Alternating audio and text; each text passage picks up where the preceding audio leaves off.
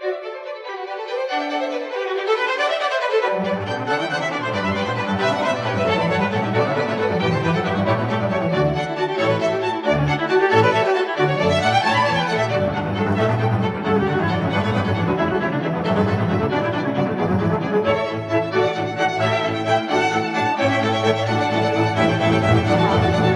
here at Amsterdam Whitney Gallery. We're in Chelsea. It's Valentine's weekend.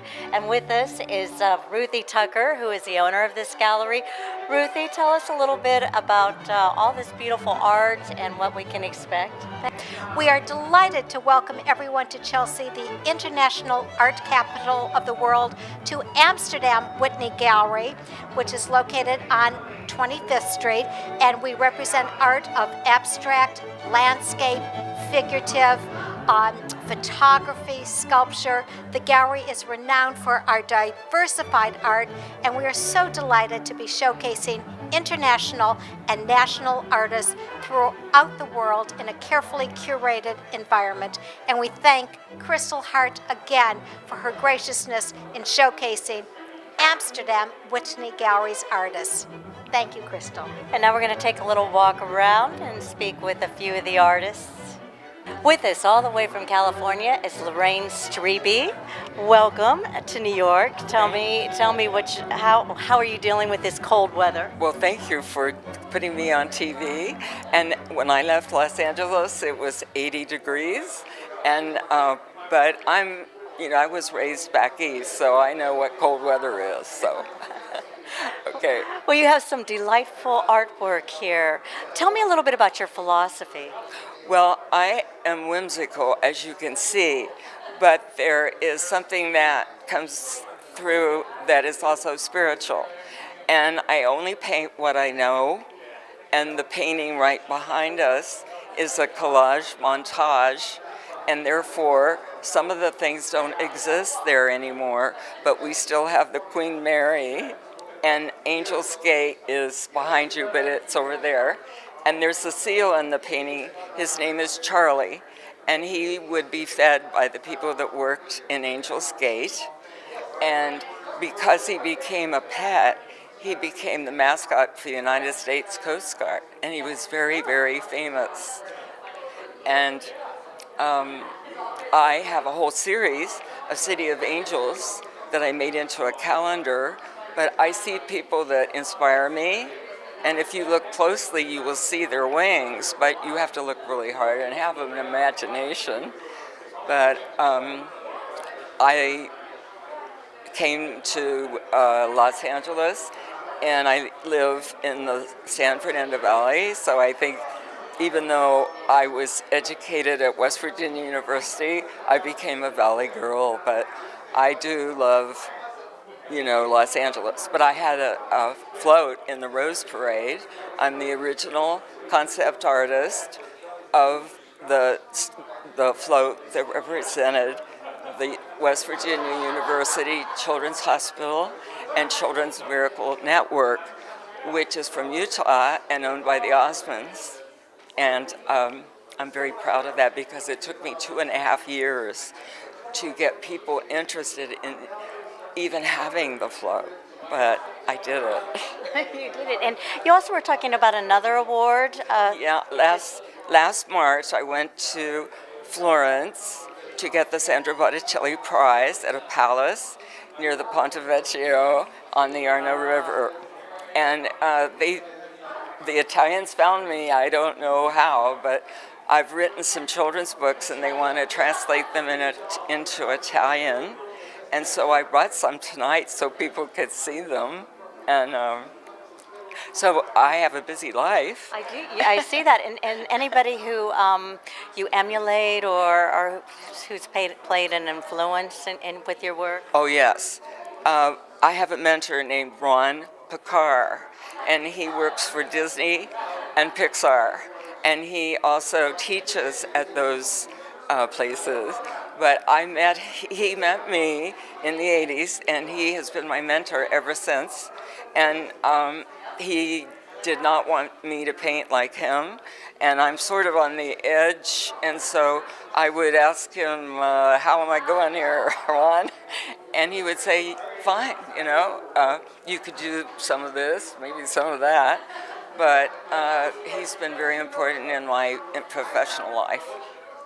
Well, let's take a walk around, and you could give us a little bit more info about each one of these paintings. This is called Echo Park, and for those who in Los Angeles, they know where that is. It's right before downtown Los Angeles. And this one was on loan. It's on the permanent collection in the Southern Nevada Museum of Fine Art in Las Vegas. This one is called Musical Margot, and she is a concert pianist, and she played for a lot of events in Los Angeles, and she's a friend of mine. She lives in Savannah, Georgia now. Well, this is Los Angeles at night, and this is the night scene, and again, this is called Angels Crossing, and if you see, they are pushing the button so they can cross the street. And if you look closely, you'll see some animals. Like, I like to hide things, but also the Los Angeles courthouse is in the painting. And also I call it the wedding cake building, but it's off to the right. But Los Angeles has a beautiful skyline. And again, it has the graffiti, and I think if you look really closely, you'll see that I love Los Angeles. This one also is of Los Angeles, and it has a map of Los Angeles that I painted. It's a mixed media piece because most of my pieces are mixed media, and I paint with things that I think will help the painting. And this one, I think, was inspired by a lady named Nicole Smith. And if you look closely, you can see her wings. And it has the courthouse in it, as you can see. This one was in New Orleans when Katrina hit. And I was an artist in 2 galleries at that time. And this one is also, I drew the player on the left, the bass guitar player, on Jackson Square. And because I'm a cocktail piano player myself and played the clarinet and very musical, I had them dancing on keys, and it's called Right on Key. With us is Marlow, all the way from Los Angeles. Right. A second person from California. How are you enjoying this cold weather? Okay, I enjoyed it. Today is not too bad. Yeah, I drank myself very warmly. Yeah. And tell me a little bit. In California yesterday it was 90 degrees. It was 90 degrees, so he's coming from 90 to, whatever it is today. It's today, very cold. 27 something. Well, tell me a little bit, nature. You paint nature, or tell me about your work here. When I was young, I learned water ink with my father. Of course, then I go to the study art, watercolor, oil, just regular education. And because I myself want to develop something new technique, and eventually about 20, almost 30 years ago, I developed this kind of style.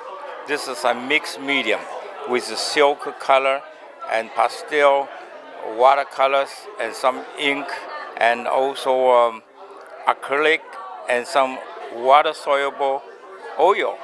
I mix them all together. This is a very unique style, and I use all the material I can get from the market. So because I like it, I tried it and found, this is very mysterious and very dreaming. I like this kind of feeling. And it looks very nature. Yeah. Environment. Yeah. Very environmental, right? Yeah, I like it. I like this kind of beautiful scenery. It's not on location. I paint this not on location. I paint it all comes through my heart. So your feelings. In my feeling, I have to travel many places and to absorb the great nature, the beautiful nature, and I have to study the art, the music, and the literature, so that I can have this kind of feeling. Do you take photographs, or you do it all from memory, or? Just from the memory. This kind of painting you cannot control. You have every second you create, because when you put one stroke of color in there, it's running away, it's sprayed away. You have to control it. No, you are going to fail. You have to use it. Try to use the flow of the color, and try to add the second step, the second stroke. That's the way to do it. How long does it take to complete?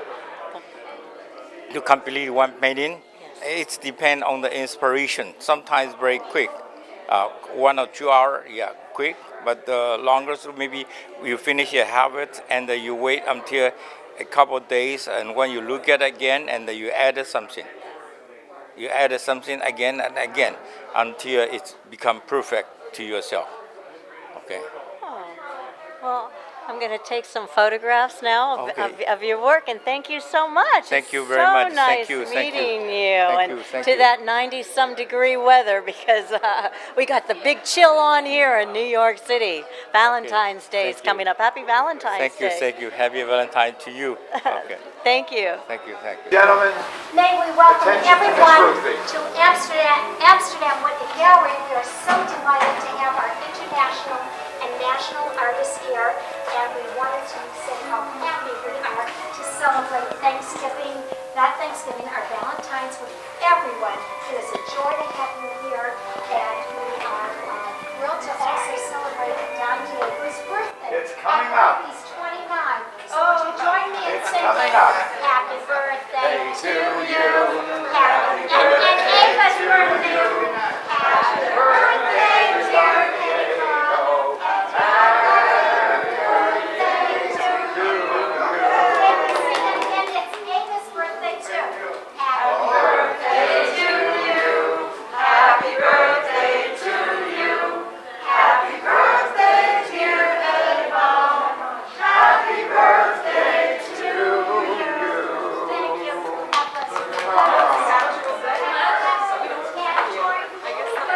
May I introduce you to the works of the Austrian artist Anna Taveras.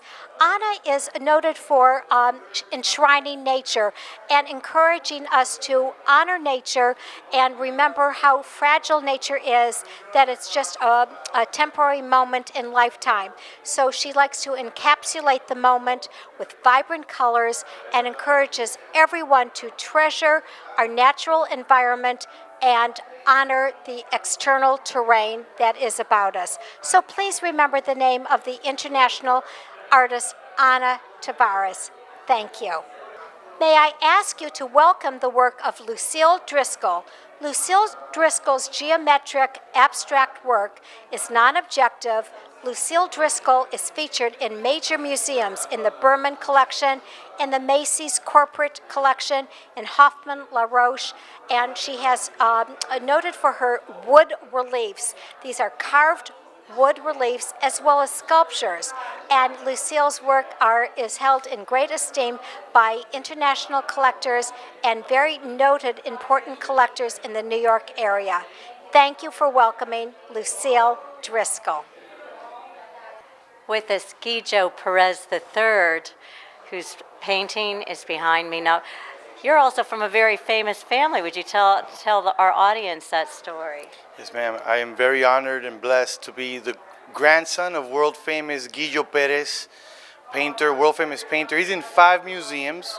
He painted successfully for 81 years. My father runs the academy, Academia Guillo Perez in the Dominican Republic. And I teach and do art therapy here in New York City in PS 81 and PS 107. And we also have a gallery in 28th Street, 548 West 28th Street as well.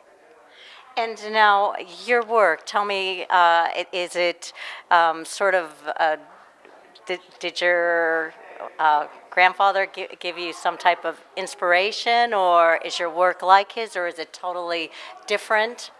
Much. My early training was with my grandfather and my father as well, since they're both painters. I had the honor and the pleasure of my very first trainings. I learned to walk in my grandfather's art studio. So my footprints are in oil paintings in his floor. So In the Dominican? yes, and I had a very early start in art training and art history. And I don't just paint my ideas, which I do, and my style is a combination of my father's and my grandfather's. So I'm like a classical expressionist. I would say it's like Rembrandt and Van Gogh, you know. But I don't only just paint about my ideas. It's my childhood memories, and it's my upbringing, and what life means to me. Painting is life, to me at least, and I portray that in my art as well. I paint my feelings and my entire being. I give it all in art. Now, did you say you also work out of a school here in New York? Yes, I teach art and painting. I do portraiture, art history, and color theory to kindergartners and kids from elementary school. I work with several nonprofits in the school in New York. One of them is Inspire Corp. Check her out, Stephanie Thompson, inspirecorp.com.org. And I also do art history seminars in my gallery in 548 West 28th Street. And just tell us the importance of art, because sometimes art is the first thing to go in the school system, that and language, which I was having such a hard time with your name. Yeah. Of course, I'm from Ohio, and we didn't have language. And you see, that's so why don't you tell our audience the importance of art? We must do all we can to support art education. I work with at-risk youth, not just at-risk youth, but kids with learning disabilities. I do behavior modification, at-risk youth. And art doesn't just help me evolve as a person and get my ideas across and evolve my language, but it helps others to get out and open doors for themselves.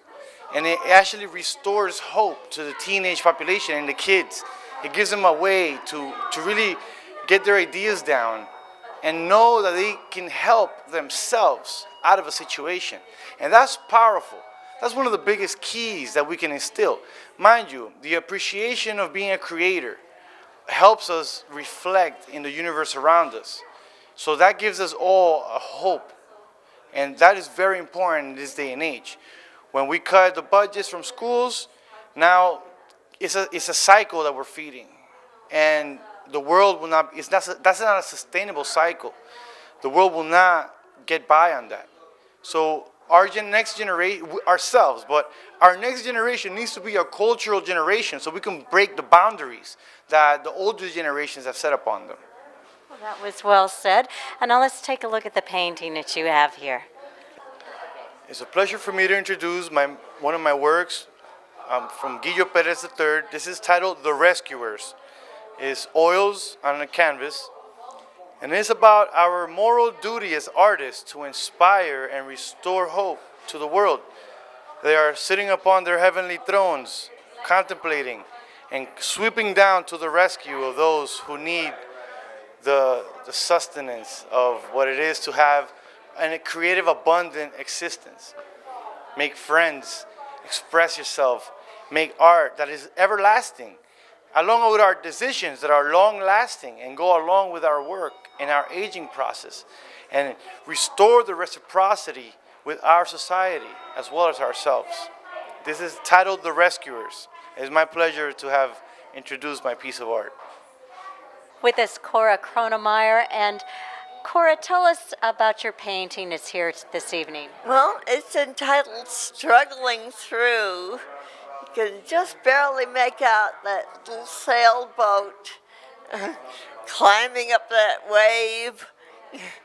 I had this image, this particular image in my head for years before I finally put it on paper.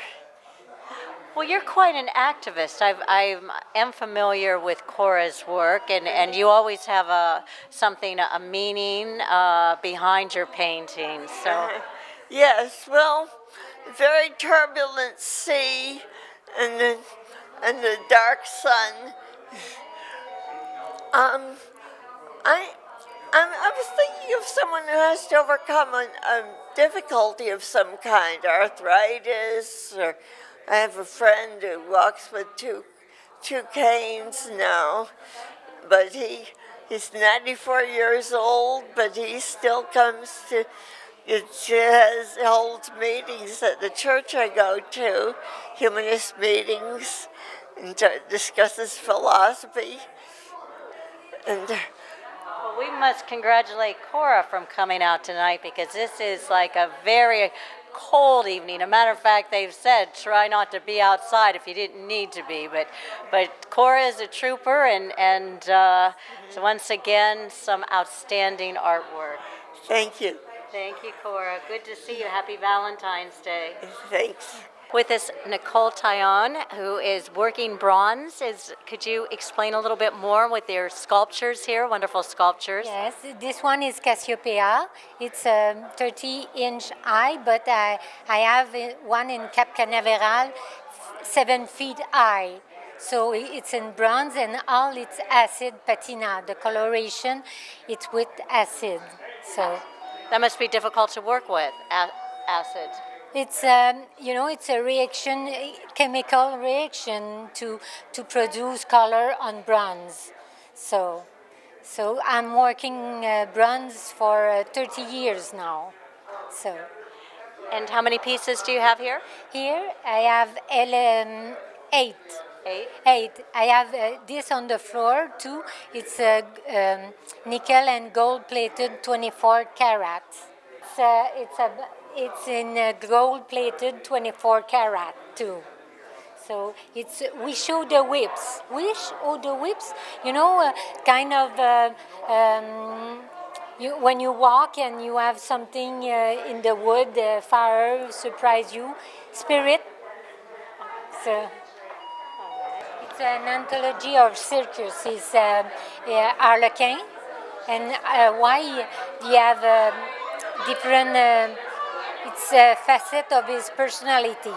So and all it's acid too. This it's in steel. Pierrot de Moon. It's acid with silver to produce coloration too. So it's a short series. It's Pegasus.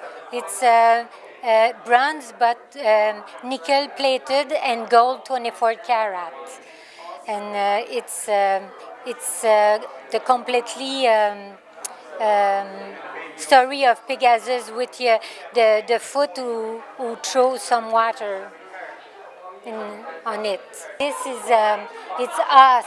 We are running all the time about time, and it says it's a clock, pocket clock.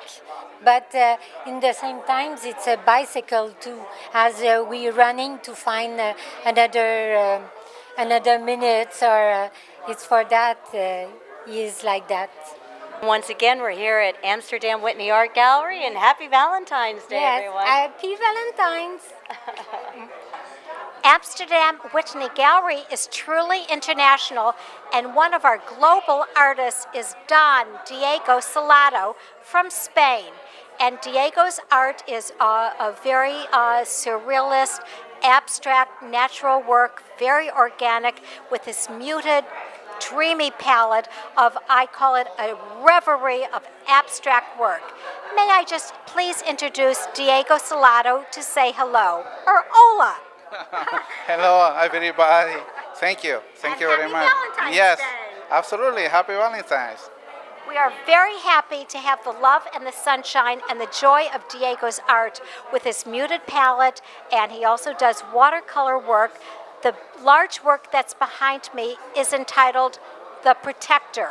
Diego has done a series of this every year. It's an annual exhibition. Last year it was The Guardian.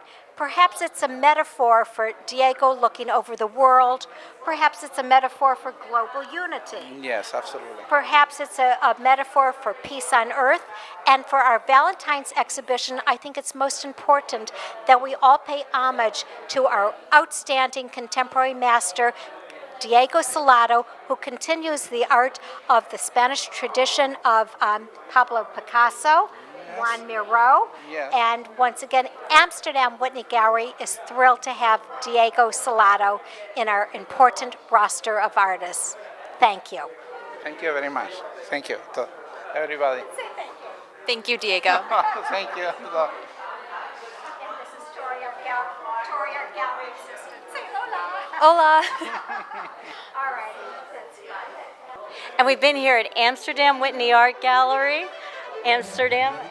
Ambassador Dr. Alton Amsterdam and Ruthie Tucker say goodnight. We wish Kristal Hart a happy Valentine's Day because she's the Valentine of Chelsea.